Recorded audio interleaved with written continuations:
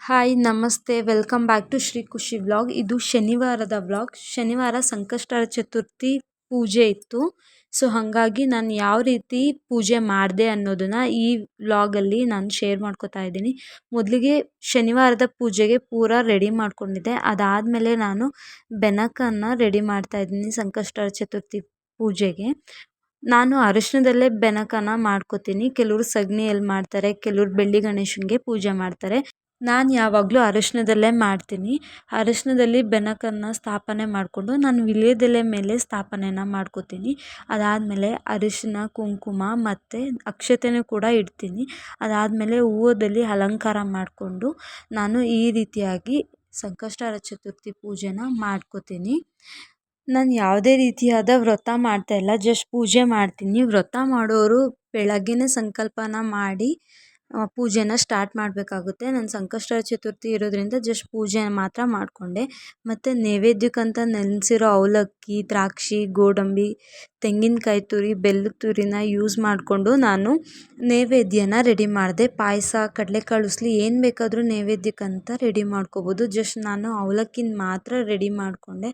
ಅದಾದಮೇಲೆ ಪೂಜೆ ಮಾಡಿಕೊಂಡೆ. ಪೂಜೆ ಆದಮೇಲೆ ಸಂಕಷ್ಟಹರ ಚತುರ್ಥಿ ಪೂಜೆಯ ಮೇಯ್ನ್ ಉದ್ದೇಶನೇ ನಮ್ಮ ಕಷ್ಟಗಳೆಲ್ಲ ದೂರ ಆಗಲಿ ಅಂತ. ಅದನ್ನು ದೇವ್ರ ಹತ್ರ ಹೇಗೆ ಕೇಳ್ಕೋಬೇಕು ಅಂದರೆ ಸಂಕಲ್ಪ ಮುಖಾಂತರ ಕೇಳ್ಕೋಬೇಕು. ಆ ಸಂಕಲ್ಪ ಮಾಡೋಕ್ಕೆ ಅಕ್ಕಿ, ಅರಿಶಿಣ, ಹೂವು, ನೀರನ್ನು ಹಾಕಿ ಅದನ್ನು ಕಲಿಸ್ಕೋಬೇಕಾಗುತ್ತೆ. ಅದನ್ನು ಕೈಯಲ್ಲಿಟ್ಕೊಂಡು ದೇವ್ರ ಮುಂದೆ ಕೂತ್ಕೊಂಡು ನಮಗೆ ಏನೇನು ಇಷ್ಟ, ನಮ್ಗೆ ಇರೋ ಕಷ್ಟಗಳನ್ನೆಲ್ಲ ಒಂದೊಂದಾಗಿ ಹೇಳ್ಕೊಂಡು ಆ ಸಂಕಲ್ಪ ಮಾಡಿರೋ ಅಕ್ಷತೆನ ದೇವಸ್ಥಾನಕ್ಕೆ ನಾವು ತಲುಪಿಸ್ಬೇಕಾಗುತ್ತೆ. ನಾನಿವಾಗ ದೇವಸ್ಥಾನಕ್ಕೆ ಹೋಗದೇ ಇರೋ ಕಾರಣ ಆ ಅಕ್ಷತೆ ಇಟ್ಕೊಂಡು ದೇವ್ರ ಮುಂದೆ ಕೂತ್ಕೊಂಡು ಎಲ್ಲ ಹೇಳಿ ಅದನ್ನು ವಿನಾಯಕನಿಗೆ ಮತ್ತು ವಿನಾಯಕನ ಫೋಟೋಗೆ ಸ್ವಲ್ಪ ಹಾಕಿ ಈ ರೀತಿಯಾಗಿ ನಾನು ಸಂಕಲ್ಪನ ಮಾಡಿದೆ. ನಾನು ಪ್ರತಿ ತಿಂಗಳು ಇದೇ ರೀತಿಯಾಗಿ ಸಂಕಷ್ಟಹರ ಚತುರ್ಥಿ ಪೂಜೆನ ಮಾಡ್ತೀನಿ. ಈ ರೀತಿ ಪೂಜೆ ಮಾಡೋದ್ರಿಂದ ದಿಢೀರಂತ ಕಷ್ಟ ಪರಿಹಾರ ಆಗದೇ ಇದ್ದರೂ ಸಂಕಷ್ಟ ಕಾಲದಲ್ಲಿ ಖಂಡಿತ ದೇವ್ರ ಕೈ ಹಿಡಿತಾರೆ. ನನಗಂತೂ ಇದು ತುಂಬ ಚೆನ್ನಾಗಿ ಎಕ್ಸ್ಪೀರಿಯೆನ್ಸ್ ಆಗಿದೆ. ನಾನಂತೂ ಸಂಕಷ್ಟಹರ ಚತುರ್ಥಿ ಪೂಜೆನ ತುಂಬ ವರ್ಷಗಳಿಂದ ಮಾಡ್ಕೊಳ್ತಾ ಬಂದಿದ್ದೀನಿ.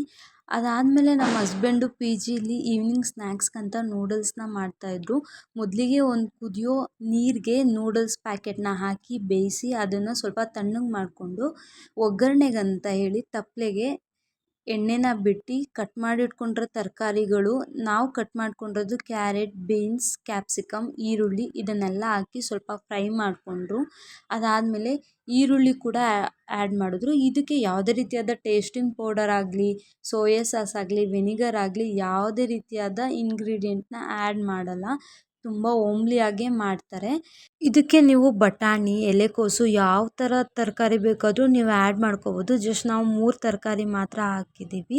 ನಾವು ಒಣಮೆಣ್ಸಿನ್ಕಾಯಿನ ರುಬ್ಬಿಟ್ಕೊಂಡು ಅದನ್ನು ಹಾಕಿದ್ದೀವಿ. ಖಾರದ ಪುಡಿ ಎಲ್ಲ ಏನು ಯೂಸ್ ಮಾಡಿಲ್ಲ.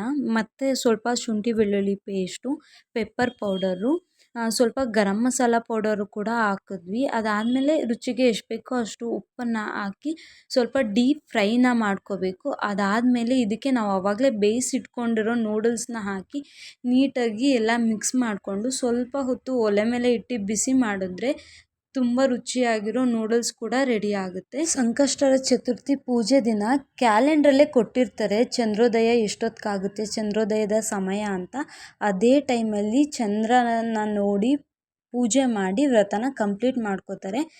9:11ಕ್ಕೆ ಚಂದ್ರೋದಯ ಅಂತಿತ್ತು. ನಾನು 9 ಗಂಟೆಯಿಂದ ವೆಯ್ಟ್ ಮಾಡಿದೆ. 9:20, 25ವರೆಗೂ ವೆಯ್ಟ್ ಮಾಡಿದೆ. ಚಂದ್ರ ನನಗೆ ಕಾಣಿಸ್ಲಿಲ್ಲ.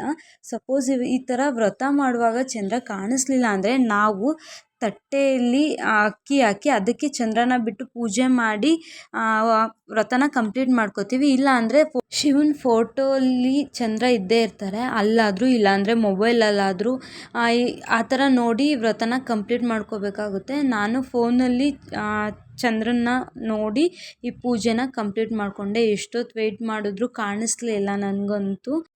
ನಮ್ಮೂರಲ್ಲಿ ದೇವಸ್ಥಾನದ ಅರ್ಚಕರೊಬ್ಬರು ಈ ಥರ ನಮಗೆ ಐಡಿಯಾ ಕೊಟ್ಟಿದ್ದರು. ನೀವು ಫೋನಲ್ಲಿ ಶಿವನ ತಲೆ ಮೇಲಿರೋ ಚಂದ್ರನ, ಯಾವುದೇ ರೀತಿಯಾದ ಚಂದ್ರನ ನೋಡಿ ನೀವು ವ್ರತನ ಕಂಪ್ಲೀಟ್ ಮಾಡ್ಕೊಳ್ಳಿ ಅಂತ.